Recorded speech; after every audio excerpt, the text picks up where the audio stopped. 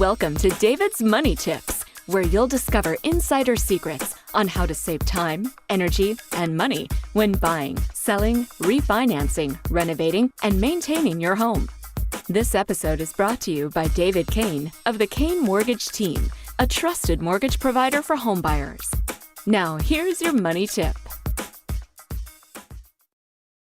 Okay, today we're going to talk about how to keep your kids out of debt. As you make plans for your children's post-secondary education, keep in mind that the average student's debt is currently almost $30,000, and it'll be even higher by the time your kids graduate. The truth is, most young people, and often their parents, can't afford that kind of debt, so it ends up damaging their credit rating and ability to buy a house and raise a family. The best way to prevent such problems is to avoid massive student debt in the first place. Here are 5 tips to avoid student loan debt. Tip number 1, think return on investment.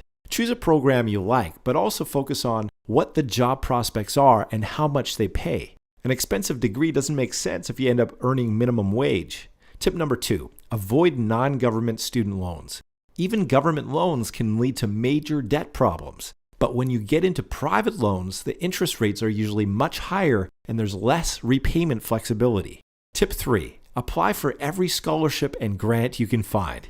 Even if your marks weren't fabulous and your parents aren't poor, you may still qualify for aid. Some scholarships are based on volunteerism, community interest, non-academic skills, etc. Talk to a guidance counselor or financial aid office and do lots of research. Tip number 4, find a school that's looking for someone like you. Each school has its own selection criteria based on student talents, interests, background, needs, etc. Finding the one school that really wants you can result in reduced fees, scholarships, and other perks. But be sure to discuss all this with the school before you enroll. That puts you in a much stronger negotiating position.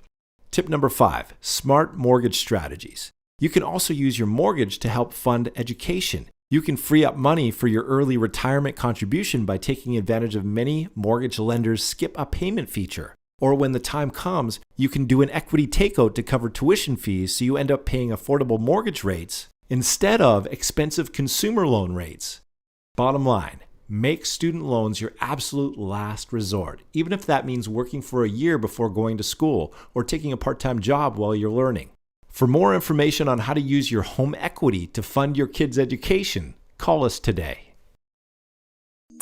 Thank you for tuning in to this episode of David's Money Tips. If you have any questions or comments, please call David today at 803-261-9267.